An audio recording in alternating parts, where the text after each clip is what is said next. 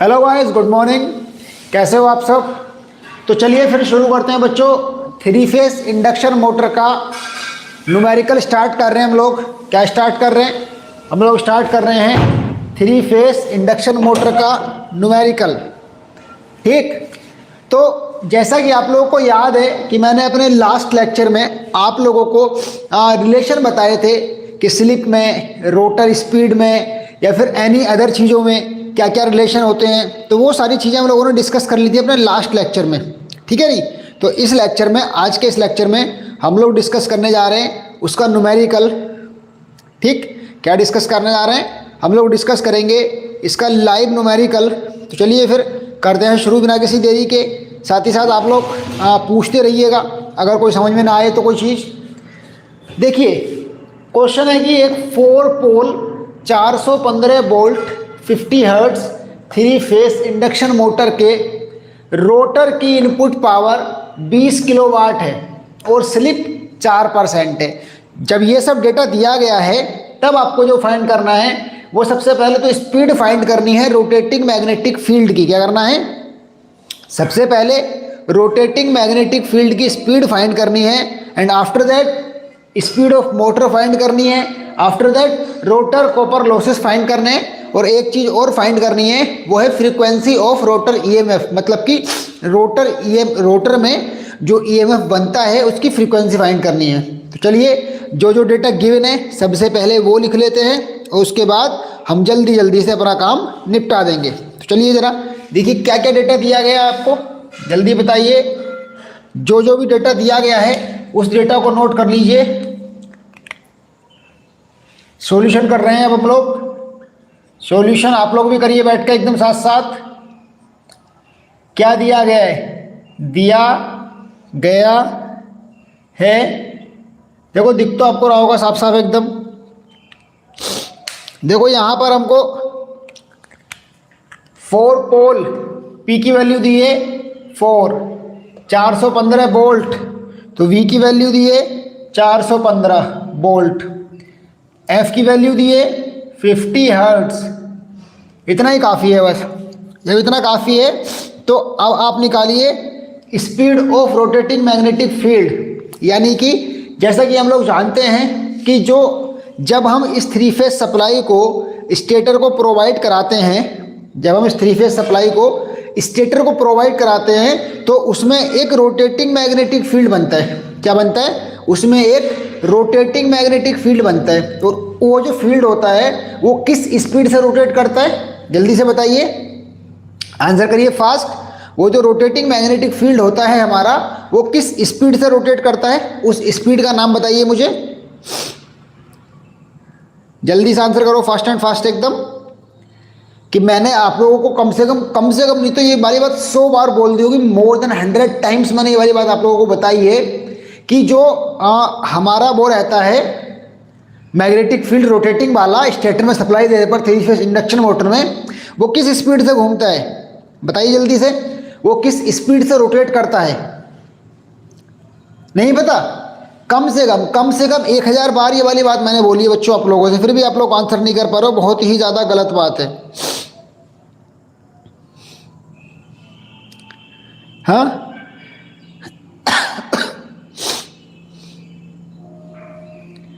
बताइए बताइए जल्दी।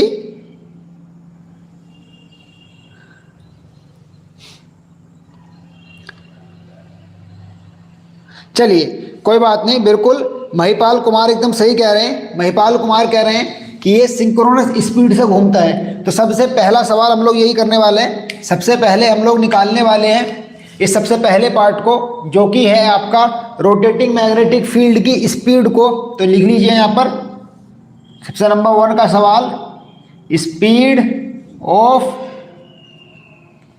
Rotating magnetic field. Formula synchronous speed का होता है 120 F/P। लगाइए वैल्यू 120 इंटू 50 F की वैल्यू अपॉन P की वैल्यू 4, काटिए 30 टाइम्स, 3 5 जा 15, 100 RPM। ये आ गई NS की वैल्यू, क्योंकि यही हमारी सिंक्रोनस स्पीड है और इसी स्पीड से हमारा मैग्नेटिक फील्ड घूम रहा है मैग्नेटिक फील्ड रन कर रहा है। तो इस प्रकार से ये आ गई हमारी 1500 RPM speed of RMF, speed of rotating magnetic field आ गई हमारी 1500 आरपीएम। दूसरा क्वेश्चन क्या पूछा है, दूसरा क्वेश्चन पूछा है स्पीड ऑफ मोटर। तो पहला वाला क्वेश्चन का आंसर यहां पर मिल गया और दूसरे वाले क्वेश्चन को मैं यहां पर करा रहा हूं, आप लोग ध्यान से देखिएगा। दूसरा क्वेश्चन निपटा रहा हूं यहां पर, दूसरा सेक्शन। दूसरे सेक्शन में पूछा है speed of motor, speed of motor वो पूछी है एन हम लोगों से। तो आपको स्लिप का फॉर्मूला याद होगा, क्या था स्लिप का फॉर्मूला? स्लिप का फॉर्मूला होता है N S minus N R upon N S. ठीक, अब यहां से अगर हम एन निकालेंगे तो इसको एस को मल्टीप्लाई करो, एस इंटू एन एस, उसके बाद माइनस का एन एस लाइए, इधर बचेगा माइनस का एन। अब इसको प्लस का करेंगे तो N is equals to N S और ब्रैकेट में 1 माइनस एस। ये फॉर्मूला बन गया आया। एन मोटर के रोटर की स्पीड यानी कि मोटर की स्पीड, और एन एस जो है वो हमारी सिंक्रोनस स्पीड कहिए या फिर उसको कहिए रोटेटिंग मैग्नेटिक फील्ड की स्पीड। वो हमारी चॉइस है कि हम उसको रोटेटिंग मैग्नेटिक फील्ड की स्पीड कहते हैं या फिर उसको नॉर्मली क्या बोलते हैं कि उसके बोलते हैं सिंक्रोनस स्पीड कह सकते हो। तो अब ये फॉर्मूला देखिए, हमको ये वाली बात पता है और ये चीज ऑलरेडी क्वेश्चन में दी गई है हमको, ये हमने नहीं लिखा था।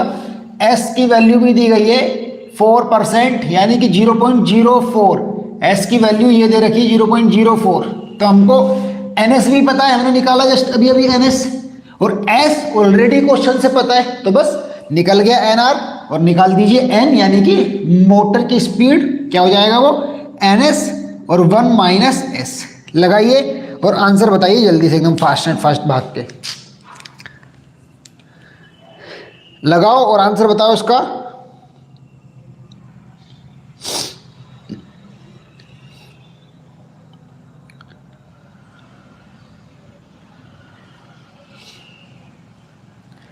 बताइए क्या आ रहा है इसका आंसर, एकदम सिंपल तो है। अरे मैंने फॉर्मूला कैसे कैसे बना, पूरा फॉर्मूला देखिए, स्लिप का फॉर्मूला यह होता है। फिर हमने यहाँ से एन निकालना है, एन मतलब speed of motor. Speed of motor का मतलब वही है कि जो आपका रोटर की स्पीड है, दरअसल उसी का मतलब स्पीड ऑफ मोटर है, कुछ एक्स्ट्रा नहीं है। ऐसा नहीं कि स्पीड ऑफ मोटर में कुछ नया है, कुछ नया नहीं है, वही है। स्पीड ऑफ मोटर का मतलब वही है आपका कि जिस स्पीड से आपका रोटर घूम रहा है उसी को स्पीड ऑफ मोटर कहा जाएगा। तो महिपाल कुमार कह रहे हैं 1440, बाकी सब लोग प्रसाद में भंडारे में आके प्रसाद लेके जाएंगे। 1500 आरपीएम इंटू 1 माइनस 0.04, 1500 गुणा 0.96 मल्टीप्लाई करेंगे तो बैठेगा 1440 आरपीएम एन, यानी कि जो हमारी मोटर है वो रोटेट कर रही है। देखिए अब यहाँ पर हमको एक बात पता लगी कि बेसिकली अगर देखा जाए तो हमारे जिस स्पीड से हमारा जिस स्पीड से हमारे मैग्नेटिक फील्ड रोटेट कर रहा था 1500 आरपीएम, और मैंने आपको बताया था कि मोटर की स्पीड हमेशा सिंक्रोनस स्पीड से कम रहेगी। जैसे कई बार पूछ लेता है कि इनमें से कौन सा कथन induction motor, 3 phase induction motor के लिए सत्य है, कुछ ऐसे पूछता है। एन बड़ा है एन एस से, एन छोटा है एन एस से, एन छोटा है बराबर है एन एस के, या फिर एन बड़ा है बराबर है एन एस के। तो इनमें से चारों में से कौन सा ऑप्शन ठीक बैठेगा, मैं आप लोगों से पूछना चाहूंगा। 1, 2, 3 और 4। देखो ये ए, ये बी, ये सी और ये डी, इन ए बी सी डी में से बताओ किसको सही करोगे। एन मतलब स्पीड ऑफ मोटर यानी कि रोटर की स्पीड, और एस मतलब आरएमएफ मैग्नेटिक फील्ड की स्पीड, रोटेटिंग मैग्नेटिक फील्ड की स्पीड। तो इन दोनों में से, इन चारों में से कौन से कथन को सही बिठाओगे आप। देखिए जेईई के एग्जाम में ऐसे क्वेश्चन बहुत बार पूछे जाते हैं, जल्दी बताइए इन चारों में से किसको सही बिठाओगे। इन चारों में से आपका आंसर क्या है, किसको लगाना चाहोगे आप चारों में से, थोड़ा तेज तेज आंसर करो।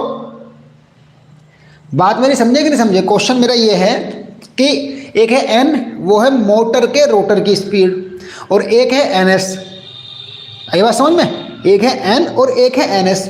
तो मेरा पूछना यहाँ पर यह है कि एन और एन एस जो कि सिंक्रोनस स्पीड कह सकते हो एन एस को, और या फिर speed of rotating magnetic field कह सकते हो एन एस को। लेकिन एन जो है यहाँ पर वो स्पीड ऑफ रोटर कहिए या फिर स्पीड ऑफ मोटर कहिए, वो चीज़ है। तो आपको बताना ये है कि स्पीड ऑफ मोटर और सिंक्रोनस स्पीड में क्या रिलेशन हो सकता है इन चारों में से।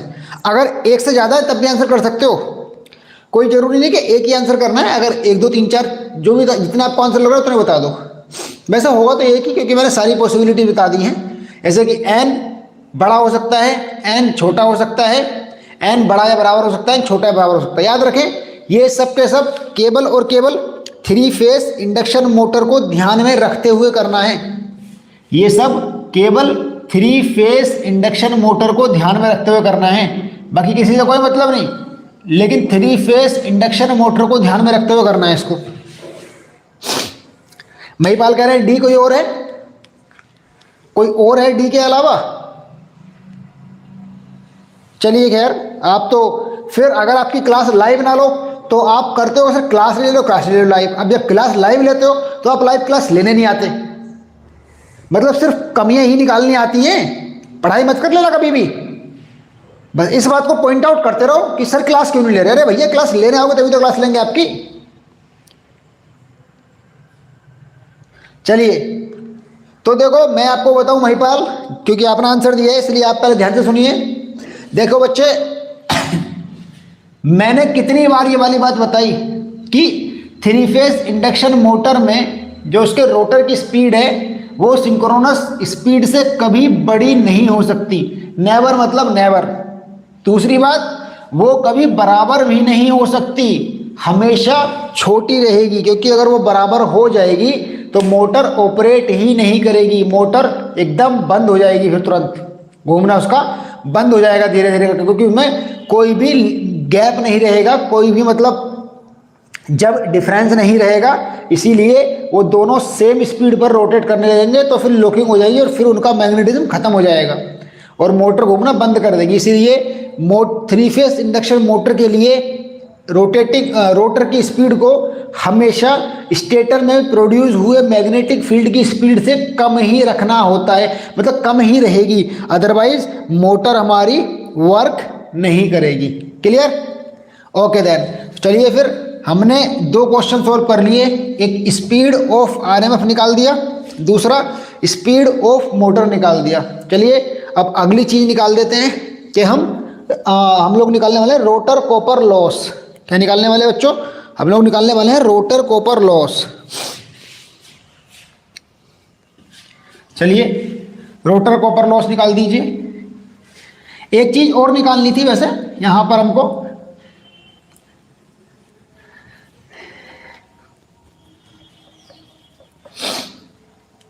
एक क्वेश्चन और था हमारा। वो क्वेश्चन ये था हमारा, ये 4th नंबर का क्वेश्चन है। 3rd नंबर का है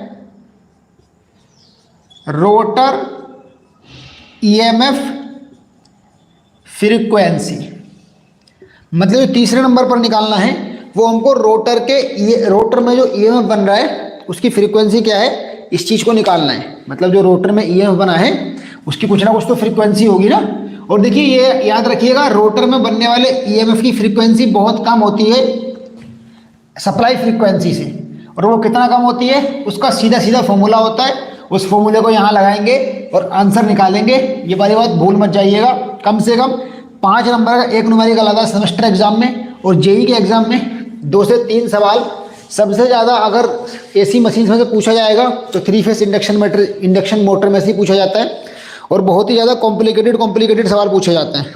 तो जो रोटर फ्रीक्वेंसी और स्टेटर फ्रीक्वेंसी में वो होता है, क्या बोलते हैं संबंध, वो होता है ये चीज़। मतलब रोटर फ्रीक्वेंसी जो होती है वो स्लिप की स्टेटर फ्रीक्वेंसी से मल्टीप्लाई करने पर आती है। तो स्टेटर फ्रीक्वेंसी हम लोग को ऑलरेडी दी गई है, कितनी दी गई है 50 हर्ट्ज। स्लिप की ऑलरेडी वैल्यू पता है 0.04, मल्टीप्लाई करके बताइए कितना आएगा, 5 4 20 2 हर्ट्ज। आपका रोटर फ्रीक्वेंसी कितनी आ गई, रोटर फ्रीक्वेंसी आ गई 2 हर्ट्ज। क्लियर? कोई दिक्कत कोई परेशानी जल्दी से बताइए। यहाँ तक हमने क्वेश्चन पूछा है व्हाट इज रोटर फ्रीक्वेंसी। और रोटरी फ्रीक्वेंसी और स्टेटर फ्रीक्वेंसी में ये संबंध होता है कि F R equals to F into F S. तो एस मतलब स्लिप, एफ आर मतलब रोटर में देखिए रोटर फ्रीक्वेंसी से मतलब है कि रोटर में बनने वाले ईएमएफ की फ्रीक्वेंसी। अब कोई रोटर तो भैया करंट है नहीं कि रोटर की फ्रीक्वेंसी होगी, रोटर तो अपने रोटेट कर रहा है, वो उसकी तो स्पीड होगी। लेकिन ये जो फ्रीक्वेंसी है ये दरअसल फ्रीक्वेंसी है रोटर में बनने वाले ईएमएफ की। तो रोटर में भी तो ईएमएफ बनता है ना, क्योंकि जब उसकी फ्लक्स लाइंस को कट करती है तो रोटर में भी एक ईएमएफ क्रिएट होता है according to the Faraday's law. तो जब वो ईएमएफ क्रिएट होता है तो ये उसकी फ्रीक्वेंसी है जो रोटर में क्रिएट हुआ है ईएमएफ। आई बात समझ में? क्लियर? चलिए आगे बढ़ते हैं हम लोग और अब अपना लास्ट पॉइंट निकाल लेते हैं। हमारा लास्ट पॉइंट क्या है? लास्ट पॉइंट हमारा रोटर इनपुट पावर क्या है? Rotor input rotor copper losses rotor copper losses निकालने हैं। रोटर कॉपर लॉसेस का मतलब पता है क्या होता है? वैसे तो मैंने अपने लास्ट लेक्चर में डिस्कस किया था सारे के सारे लॉसेस को, फिर से एक बार डिस्कस किए देता हूँ। देखिए जो हमको स्टेटर से आउटपुट प्राप्त होता है वो रोटर का इनपुट होता है। जो स्टेटर से आउटपुट प्राप्त होता है वो रोटर का इनपुट होता है। और रोटर का इनपुट हमको यहाँ दे रखा है 20 किलोवाट, यानी कि ये जो 20 किलोवाट है वो NS से मिला है हमको। किससे मिला है? NS से। मतलब जो NS स्पीड से जब रोटर में स्टेटर में रोटेटिंग मैग्नेटिक फील्ड घूमा तब जाके उसने 20 किलोवाट का आउटपुट क्रिएट किया और रोटर इनपुट यानी कि रोटर को 20 किलोवाट का इनपुट मिला है। तो रोटर की जो इनपुट पावर है वो 20 किलोवाट है और रोटर की इनपुट पावर स्टेटर की आउटपुट पावर है, ये हम सब लोग जानते हैं। उसके बाद स्टेटर की और उसके बाद रोटर की आउटपुट पावर क्या है? रोटर की आउटपुट पावर तो बाद में निकालेंगे, पहले रोटर की आउटपुट स्पीड n है। तो इस n पर यानी कि और जो कि NS से कम है, तो इस हिसाब से हमको ये पता लगा कि रोटर की जो आउटपुट पावर है वो भी रोटर की इनपुट पावर से कम होगी। और वो कितना नुकसान होगा? वो होगा स्लिप का नुकसान। यानी कि जो स्लिप है उसकी अगर आप रोटर की इनपुट पावर से मल्टीप्लाई कर दें तो आप रोटर में होने वाले कॉपर लॉसेस का पता लगा सकते हैं। इस प्रकार से निकालिए, यहाँ पर क्या निकालना है? Rotor copper loss S into rotor input power. S का मान 0.04 into 20,000 watt. We get how much? We get 2 4 8 800 watt. यानी कि रोटर कॉपर लॉसेस जो आए हैं वो आए हैं 800 वाट। कैसे आए? मैंने आपको बताया कि यदि आप रोटर के इनपुट या फिर स्टेटर के आउटपुट को अगर गुणा कर देते हो स्लिप से तो आप रोटर कॉपर लॉसेस निकाल सकते हो। अब अगर मैं आपसे पूछूं कि भैया रोटर आउटपुट पावर बताओ, तो चलिए जो भी 2-3 लोग क्लास देख रहे हैं, मुझे लगता है बस यही लोग पढ़ने में इंटरेस्टेड है। बाकी मैसेज आपसे जितना मर्जी उल्टा सीधे करवा लो, ऐसा थप्पड़ मारेंगे खींच के घूम जाएंगे आप सब जो बाद में क्लास देखने आएंगे। मतलब मैसेज जितना मर्जी उल्टा सीधा करवा लो, सर की अगर क्लास नहीं है तो बाबला हो जाओ एकदम। और अभी क्लास देखना आते नहीं हो समय से। खैर कोई बात नहीं, क्लास लेकिन देख लीजिएगा जरूर सभी लोग। चलिए जितने आप जितने लोग हैं वो मुझे बताइए कि मेरा क्वेश्चन है कि रोटर की आउटपुट पावर निकालिए। मैं इसमें एक क्वेश्चन ऐड कर रहा हूं 5वें नंबर का, वो है रोटर आउटपुट पावर निकालिए। इलेक्ट्रिकल मतलब इलेक्ट्रिकल वाली आउटपुट पावर क्या है वो निकालना है, मैकेनिकल की बाद में निकालेंगे। फिलहाल रोटर की इलेक्ट्रिकल वाली आउटपुट पावर निकाल के बताइए कितनी आई है मुझे जल्दी से बताइए। कौन बताएगा? रोटर की इलेक्ट्रिकल वाली आउटपुट पावर कौन बताएगा बच्चे?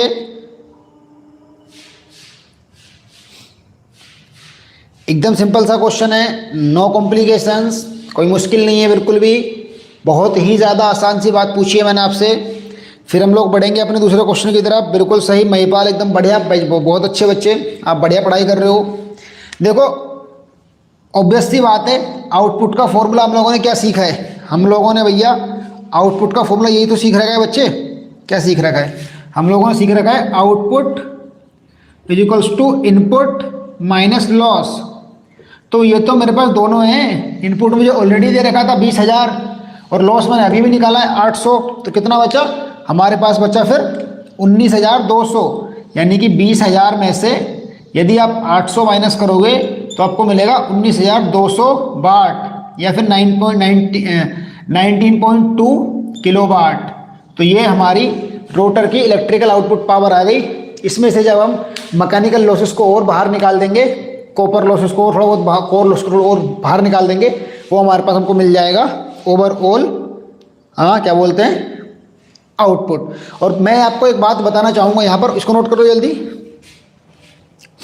मैं आपको एक बात और यहाँ पर बताना चाहूँगा बच्चों, वो ये है कि बेसिकली होता क्या है कि ये याद रखिएगा, जो स्टेटर है उसमें हमारे मोस्टली कोर लॉसेस होते हैं और जो हमारा रोटर है उसमें हमारे मोस्टली कॉपर लॉसेस होते हैं। इसीलिए स्टेटर नाम की चीज़ में कोर लॉसेस को कंसिडर किया जाता है और रोटर में आपके सिर्फ और सिर्फ कॉपर लॉसेस को इलेक्ट्रिकली मोस्टली कंसिडर किया जाता है। आई बात समझ में?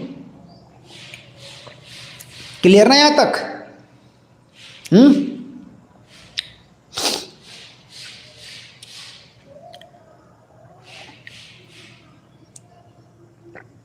चलिए, और क्लासेस देखते रहो, नोट्स बनाते रहो प्रॉपर एकदम कंप्लीट।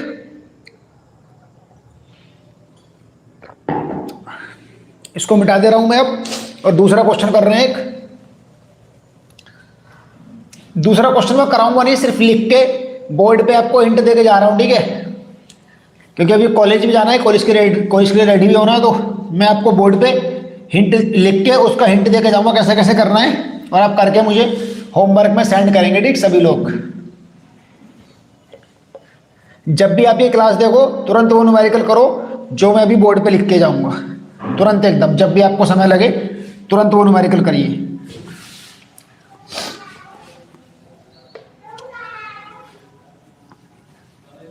और जितनी भी क्लासेस हुई हैं डिले अब तक, वो हो गया जो होना था, अब कोई डिले नहीं होगा। बोल तो दिया है आपसे, फिर भी आप लोग पागल कर देते हो। अब तो बोल दिया मैंने कि कोई डिले नहीं करेंगे यार, अब क्यों परेशान हो रहे हो? अब कोई भी डिले नहीं होगा किसी भी प्रकार का, ठीक है? नहीं, आप बिल्कुल चिंता मत करो, ठीक है?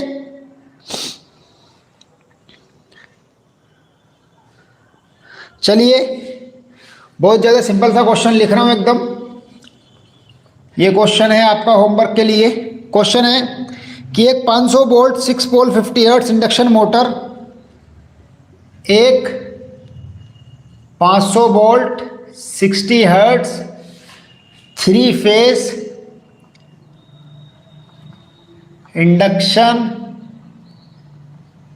मोटर अपने कंप्लीट लॉसेस के साथ 20 हॉर्स पावर पैदा करता है।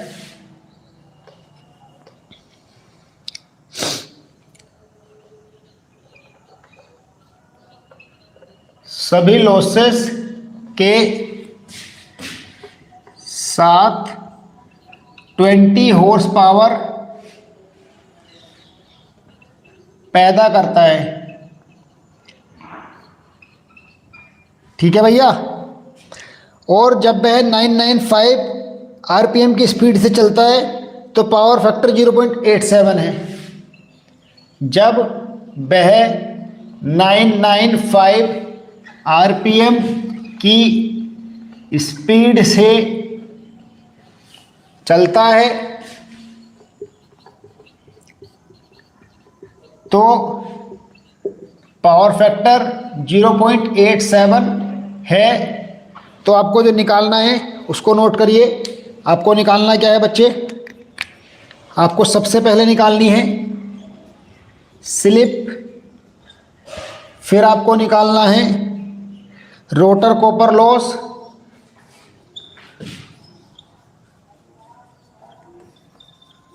फिर आपको निकालना है टोटल इनपुट,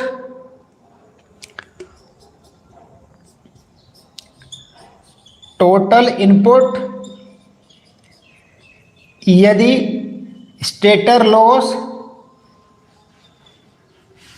वो 1500 वाट है। मतलब स्टेटर में जो लॉस हो रहे हैं वो जो होते हैं कोर लॉस मोस्टली, अगर वो 1500 वाट हैं तो आपको टोटल इनपुट बताना है। टोटल इनपुट में करनेंगे क्या कि जैसे देखिए, जब हम एक्चुअली अगर ध्यान से देखा जाए तो ये चीज़ हमको, अभी मैं पूरा क्लियर करूंगा सवाल को, पहले लिख देते हैं पूरा, जो जो पूछा पहले उसको लिख लेते हैं, उसके बाद क्लियर करूंगा। उसके बाद हमको निकालना है लाइन करंट, लाइन करंट, और फिर निकालना है हमको लास्ट एंड आखिर में रोटर ईएमएफ फ्रीक्वेंसी। तो इस प्रकार से बच्चे यहाँ पर हमारे 5 सवाल है करने के लिए। कितने सवाल हैं? 5 सवाल करने के लिए, और काफ़ी मज़ेदार क्वेश्चन है, काफ़ी मज़ा आएगा आप लोगों को करने में, जहाँ तक मैं उम्मीद करता हूँ कि आपको खूब मज़ा आएगा करने में। ठीक, तो देखिए सबसे पहले क्या करना है, उसके ऊपर वाले को मिटा देता हूँ ताकि आप कंफ्यूज ना हों। ये हमारा काम खत्म हो गया इसका, इसको तो वैसे भी निपटा लिया हमने। देखो करना क्या है, करना ये है कि जो जो डेटा दिया गया वो लिख लो। तो ये V की वैल्यू हो गई, अगर ज़रूरत पड़ती है तो F की वैल्यू हो गई, अगर ज़रूरत पड़ती है तो ये जो है ये हमारा लिखा है सभी लॉसेस के साथ इतना पैदा कर रहा है, तो इसका मतलब ये हमारा रोटर आउटपुट है। क्या है? Rotor output. This is the main चीज, बस यही इकलौता है जिसको पकड़ के सब कुछ पैदा कर लेंगे हम। बस इसी चीज की जरूरत थी और इस चीज से कहानी खत्म हो जाएगी हमारी सारी की सारी। आई बात समझ में? तो हम क्या कर रहे हैं कि हमने जो है इस रोटर आउटपुट को लिया और रोटर स्लिप निकालेंगे। तो स्लिप निकाल दो। सबसे पहले ये 20 हॉर्स पावर आ गई आउटपुट, तो इसका वो निकाल दो NS और NR दे रखा है ये 995, NS निकाल दो इन सब के हिसाब से 6। अच्छा, अरे अरे अरे रुक जाओ, एक डेटा अधूरा रह गया भाई। यहाँ पर मैं नंबर ऑफ पोल्स लिखने भूल गया हूँ। नंबर ऑफ पोल्स यहाँ पर 6 पोल हैं, ये रूल लिख लेना क्योंकि इसके बगैर तो क्वेश्चन ही नहीं होगा। 6 पोल, तो 6 पोल दे दिए और ये N दे दिया N, और यहाँ से हम निकाल लेंगे NS, केवल इन दोनों से निकाल लेंगे NS और NR। उसके बाद दोनों का डिफरेंस से निकल जाएगी स्लिप। रोटर कॉपर लॉस के लिए फॉर्मूला होता है slip into rotor input, slip into rotor input. और रोटर इनपुट क्या है? रोटर इनपुट हमारे पास अभी फिलहाल में पता नहीं है, रोटर आउटपुट पता है हमको। और रोटर आउटपुट कितना है? वो है 20 हॉर्स पावर। तो रोटर कॉपर लॉसेस कितने होंगे? रोटर कॉपर लॉसेस वो हुए हैं जितना कि हमारा स्लिप से अगर हम मल्टीप्लाई कर दें रोटर इनपुट की। तो क्लियर, कोई दिक्कत तो नहीं यहाँ तक? तो हमने सबसे पहले अपनी स्लिप निकाली, स्लिप के बाद हमने टोटल आउटपुट, तो हमको आता ही है रोटर का जो टोटल आउटपुट होता है, सॉरी रोटर का जो टोटल आउटपुट होता है वो होता है हमारे पास, मतलब रोटर का जो टोटल आउटपुट था वो हमको 20 हॉर्स पावर दे रखा है। तो इसको आप पहले वाट में कन्वर्ट कर लो 735.5 से गुणा करके। और जो अगर हम उसी फॉर्मूले को लगाएं जो कि हमने पहले लगाया था, तो रोटर आउटपुट का जो फॉर्मूला होता है वो होता है 1 - S इंटू रोटर इनपुट।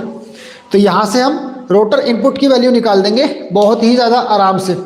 और जब रोटर इनपुट निकल जाएगा तो हम रोटर कॉपर लॉस भी कतई ऐसा आराम से निकाल सकते हैं, स्लिप गुणा रोटर इनपुट करके। फिर total input if stator loss is this, जो रोटर आउटपुट था, रोटर आउटपुट में रोटर कॉपर लॉस जोड़िए वो हो गया स्टेटर आउटपुट, स्टेटर आउटपुट में ये जोड़िए वो आ गया स्टेटर इनपुट।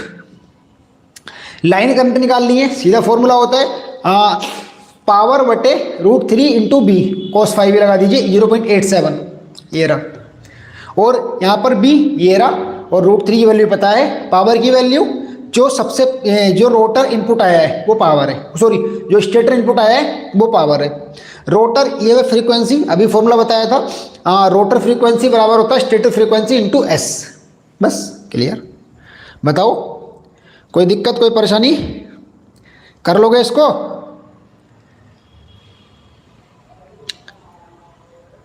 अरे कर लोगे ना इस चीज़ को, तो कोई दिक्कत तो नहीं? बिल्कुल नॉर्मल सा क्वेश्चन दिया है यार, और क्लियर तो दिख रहा है शायद, जहाँ तक मुझे दिख रहा है। मैंने भी अपने फ़ोन में ऑन कर रखा, क्लियर दिख रहा है एकदम। देखो मुझे तो क्लियर दिख रहा है यहाँ पर हर चीज़, तो आई होप कि आपको भी क्लियर दिख रही होगी और आप लोग इस क्वेश्चन को कर भी लोगे बड़े आराम से। ठीक है, वेरी गुड। तो क्लियर, समझ में आई ना क्लास ये वाली? ठीक, क्लास को हम लोग यहीं पर रोक रहे हैं। आई होप कि क्लास आपको पूरी समझ में आई होगी। और हम लोगों ने अपना एक न्यूमेरिकल आज किया है और एक न्यूमेरिकल मैंने होमवर्क में दिया है। अगर समय लगा तो मैं और न्यूमेरिकल भी आपको होमवर्क में दे दूंगा। और फिर अब हम लोग इंडक्शन मोटर का पावर फ्लो डायग्राम पढ़ेंगे कि किस किस प्रकार से इंडक्शन मोटर में पावर फ्लो होती है, उसको पढ़ेंगे। और पावर फ्लो डायग्राम पढ़ने के बाद फिर हम पढ़ेंगे इंडक्शन मोटर के starting methods, 3 phase induction motor के स्टार्टिंग मेथड्स को पढ़ेंगे, जिससे कि हम लोग ये पता लगाएंगे कि 3 फेज इंडक्शन मोटर में कौन कौन से स्टार्टर्स का यूज़ किया जाता है और किस किस क्यों यहाँ स्टार्टर की नीड, ये सब चीज़ें पढ़ेंगे। फिर बाद में हम 3 फेज इंडक्शन मोटर के एप्लीकेशन पढ़ के 3 से 4 लेक्चर में 3 फेज इंडक्शन मोटर खत्म कर लेंगे। और बच्चे, उम्मीद है आपको क्लासेस बहुत अच्छी लग रही होंगी। तो बच्चों, अगर आपको क्लासेस अच्छी लग रही हैं तो आप अपने दोस्तों को बताइए, साथ ही साथ क्लासेस को लाइक करिए और शेयर करिए अपने सभी दोस्तों से, क्योंकि ये बैच फ्री ऑफ कॉस्ट है और आप सभी के लिए अवेलेबल है। ओके गाइस, धन्यवाद, नमस्कार।